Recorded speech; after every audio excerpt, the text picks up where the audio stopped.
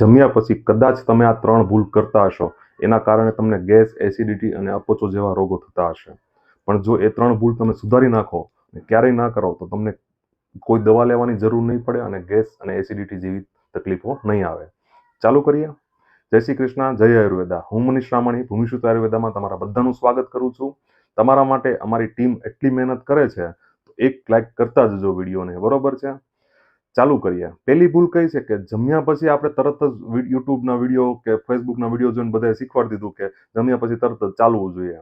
નહીં, ખોટી વાત છે. જમ્યા પછી તરત જ ચાલવાનું નથી. જમ્યા પછી તરત જ કસરત કરવાની નથી. જમ્યાના 20 મિનિટ પછી તમે કસરત કરી શકો છો, ચાલી શકો છો. તો 20 મિનિટ સુધી કરવું શું?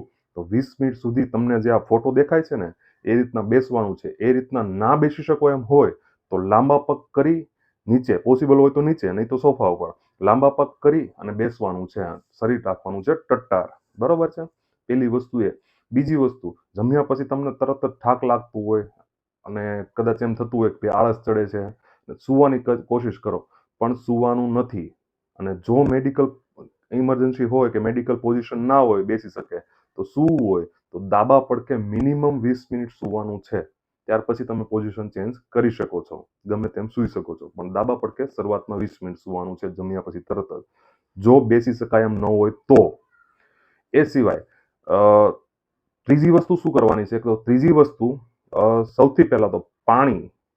જમ્યા પછી તમને, હું સમજી શકું છું કે શરીરને પાણીની રિક્વાયરમેન્ટ છે, પણ જમ્યા પછી પાણી પીવાનું નથી. મિનિમમ 30 મિનિટ સુધી પાણી પીવાનું નથી. જો મોઢું સાફ કરવું છે તો કોગળા કરીને સાફ કરી શકો છો. જો ગળું સાફ કરવું છે તો મેક્સિમમ 1 ઘૂંટડો પાણી પીને ગળું સાફ કરી શકો છો, બરોબર? આ 3 વસ્તુ તમે ધ્યાન રાખશો ને તો તમને ગેસ કે એસિડિટી નહીં થાય. એ સાથે જો તમને પોસિબલ હોય તો સંસ્કૃતના 300 શબ્દો મિનિમમ બોલવાના છે. ગીતા કે મહાભારત કે XYZ કોઈ પણ ગ્રંથ લઈ લેવાનો. ઘરમાં ગ્રંથ ના હોય કદાચ તો છોકરાઓ સ્ટડી કરતા હોય તો એમની સંસ્કૃતની બુક લઈ લેવાની છે. મિનિમમ 300 શબ્દો બોલવાના છે, જેનાથી તમારી જઠરાગ્નિ છે ને એ વ્યવસ્થિત પ્રજ્વલિત રહેશે અને તમને પાચન ફટાફટ થશે. તો આવી જ ટીપ માટે અમને ફોલો કરો અને તમારા મમ્મી પપ્પાને આ વિડીયો શેર કરો. જય શ્રી કૃષ્ણ, જય આયુર્વેદ.